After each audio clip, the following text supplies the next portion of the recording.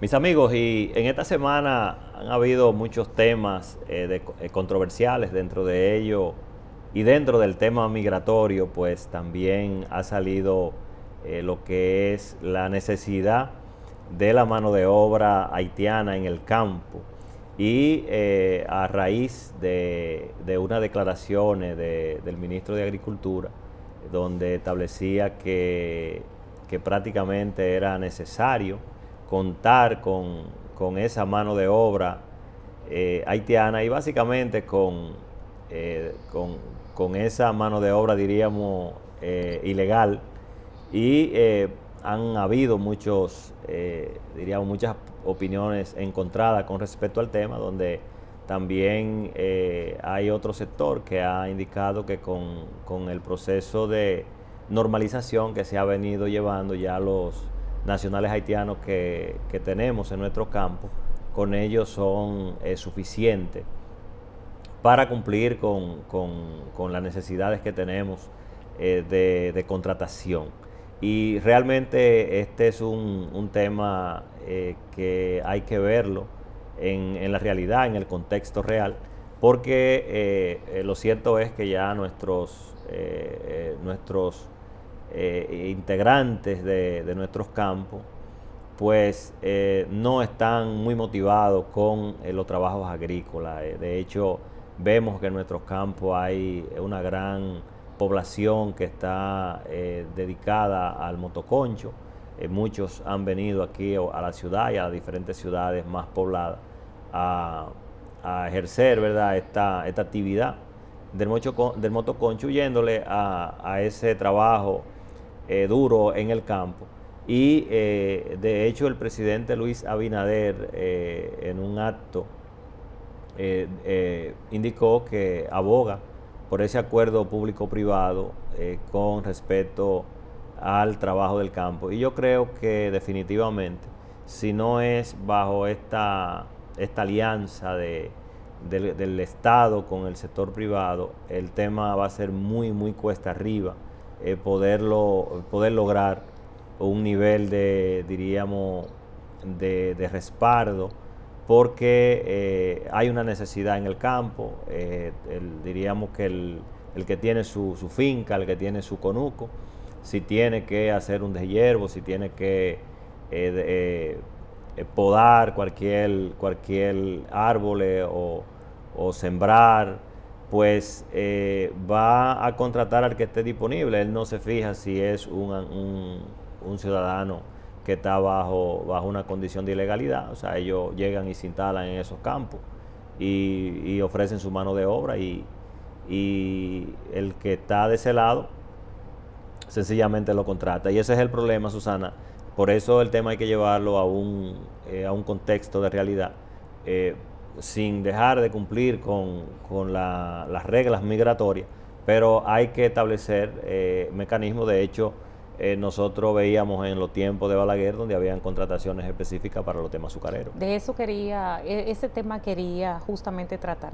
Aquí el tema no es solo migratorio, también es un tema de deberes y derechos laborales, Basilio, que por ahí tiene que venir la cosa. Como tú decías, tú tienes que descosechar, o tienes que sembrar, o tienes que regar tus tareas con el producto agrícola que decidiste sembrar, producir, ¿verdad? Porque entonces llega la hora de la cosecha.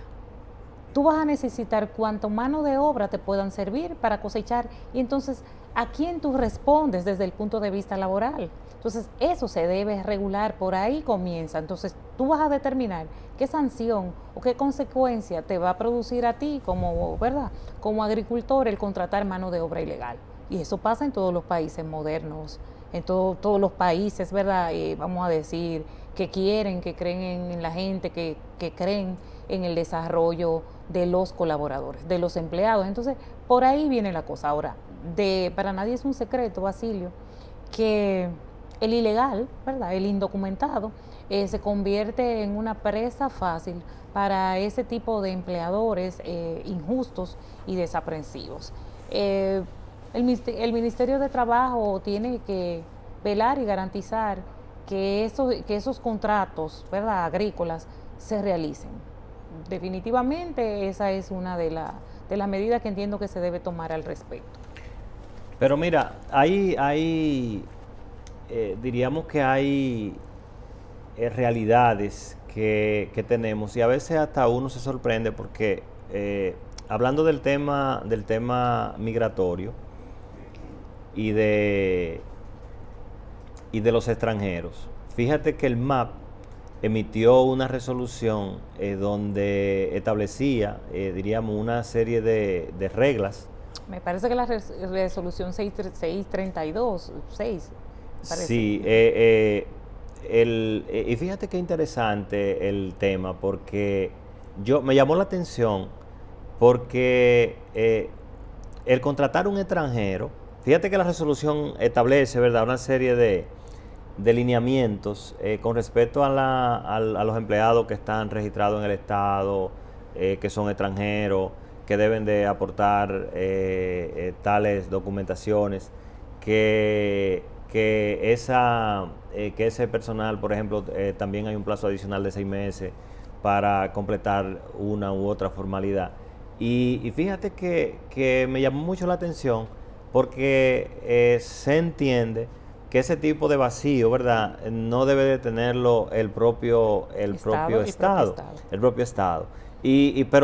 fíjate, qué bueno que la resolución vino ahora, porque ciertamente y yo creo, Susana, que ahí nosotros como sociedad hemos estado muy atrás, en el sentido que mira cómo las sociedades del mundo han ido haciendo transformaciones. Si tú recuerdas, nosotros tenemos extranjeros gravitando en nuestro país desde el momento que se comenzaron a establecer esas grandes plazas. Estamos hablando, por ejemplo, de la primera que recordamos, por ejemplo, Acrópolis. Después vino ahí Megacentro, y así, ¿verdad? Y vamos, entonces eso las termoeléctricas, por ejemplo, en la termoeléctrica, Punta Catalina, Itabo y todo lo demás.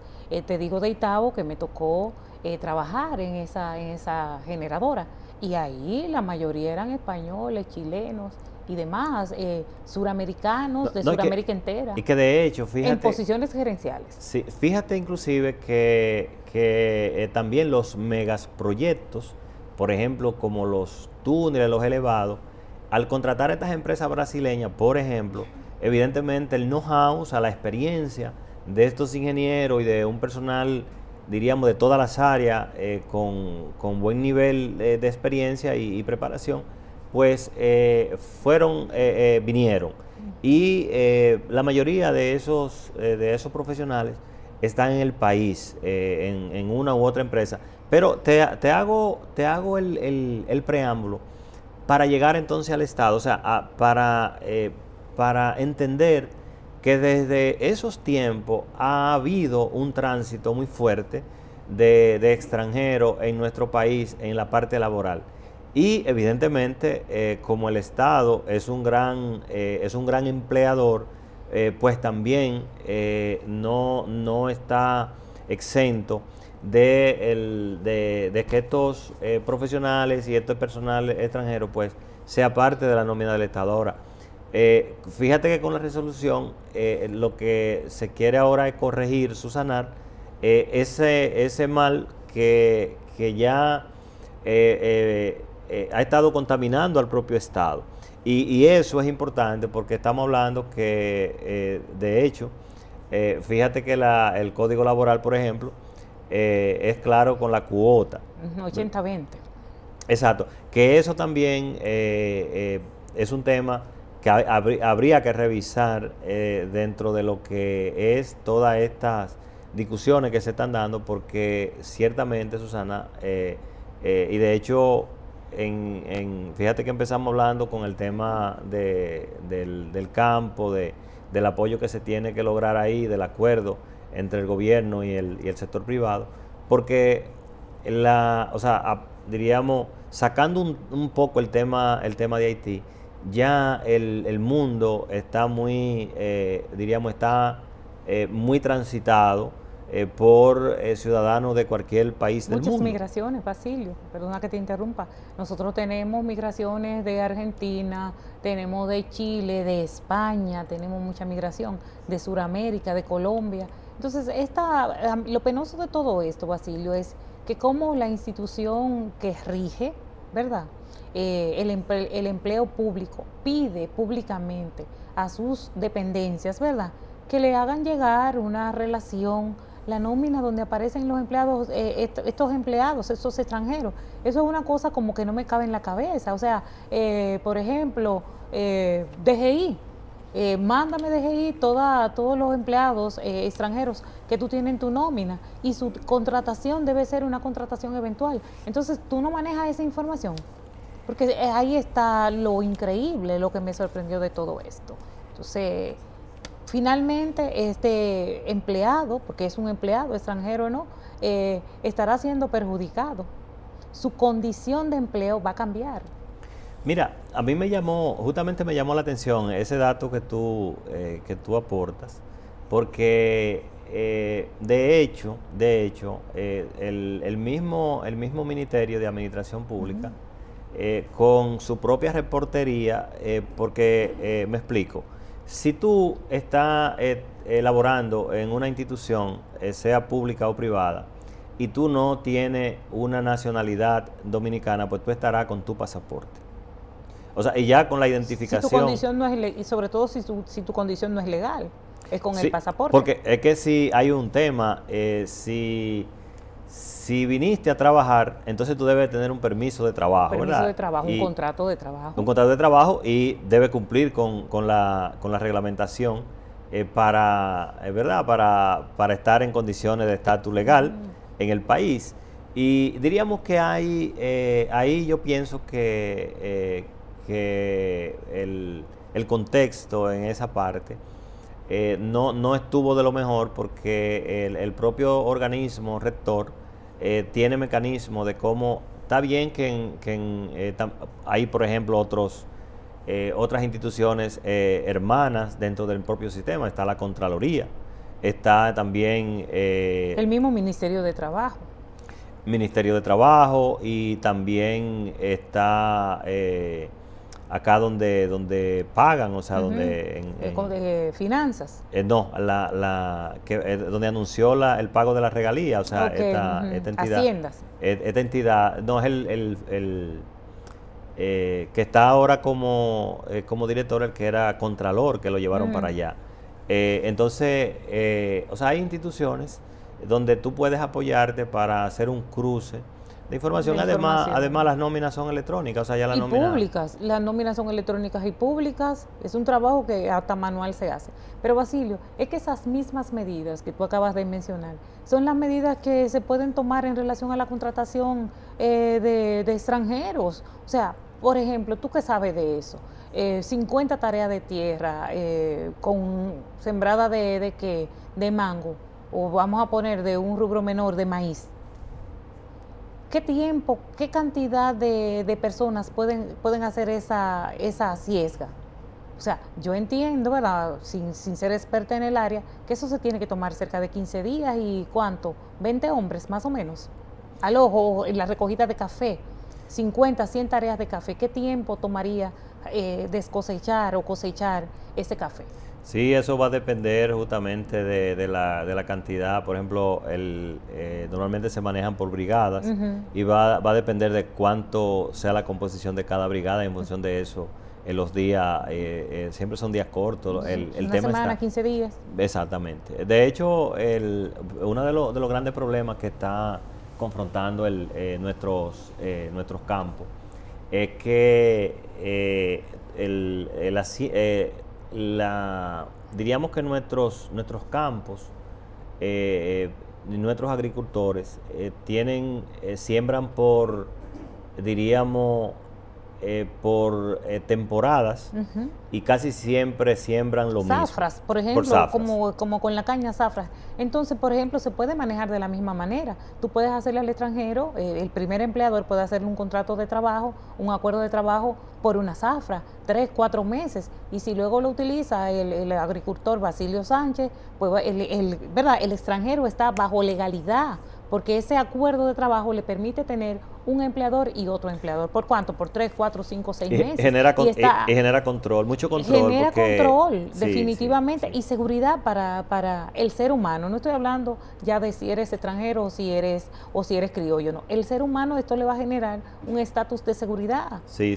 Y una regulamentación, control. Y es que tiene, bajo esa modalidad, tiene también garantizado a tiempo lo que es la recolección o siembra de tus cultivos, claro. O sea, porque y genera control, porque al final de cuentas, si tú tienes un permiso de trabajo temporal, pues diríamos, ese es tu salvoconducto para entrar y salir. De hecho, si tú te fijas, por lo menos, en la zona, diríamos, de las áreas del campo, los extranjeros haitianos normalmente no se quedan a vivir en los campos. Ellos van y vienen. Es diferente a lo que sucede aquí en la ciudad. En la ciudad vienen a establecerse en la ciudad. Que eso es otra cosa que hay que aprender a diferenciarla. Evidentemente, tú corres riesgo de que el que llega al campo, cuando viene a ver, se anima y viene a la ciudad. Pero generalmente ellos van al campo, hacen sus entrada. Sus entradas, aprovechan su zafra y vuelven otra vez a su país. O sea, eso es muy natural en ellos. O sea por eso el tema nuestro con Haití es un tema tan complejo, porque es que no es lineal. O sea, tiene demasiada variable. Fíjate que en otros países, o sea, vamos a suponer, el que va a Estados Unidos se queda. O sea, fíjate que él entra y sale porque es una frontera tan peculiar que nosotros tenemos. O sea, y particular que se permite. Sí, es como salir de un patio al otro. Claro. De hecho, fíjate que tú a Estados Unidos no entras ni de relajo. Y tú pasas tu frontera, vende en la zona especial, y cruza tu país con tu mercancía. De un país a otro. Sí, sin problema. Un callejón. Eso es algo digno de estudio, o sea, porque es que en ningún país, se pueden ver cosas tales en ningún país. Mira, Basilio, en esta semana me tocó asistir o estar en una de esas empresas de transporte, ¿verdad? Hacia los diferentes campos y pueblos del país. Y también esa empresa se ha convertido en una empresa de envíos. Y para mí fue sorpresivo la cantidad de extranjeros, específicamente de haitianos, que encontré en esa terminal, haciendo envíos a su país. O sea, porque tú tienes un migrante que incluso desde el punto de vista económico te consume poco en el país. O sea, te usan los hospitales, las mujeres paren en nuestros hospitales, en nuestra maternidad y demás, pero a la hora del consumo, del gasto, ¿verdad? De esa inversión que todo Estado debe recibir, es mínima. Mínima. Porque él tiene un objetivo. Mandar allá. Sí. Mandar allá. Y como tiene una frontera que entra y sale, como Pedro por su casa, como decimos en el sur, entonces eso no puede ser y eso no ocurre en otro país. O eso no ocurre en ningún país que tiene intención de ser civilizado. Así es.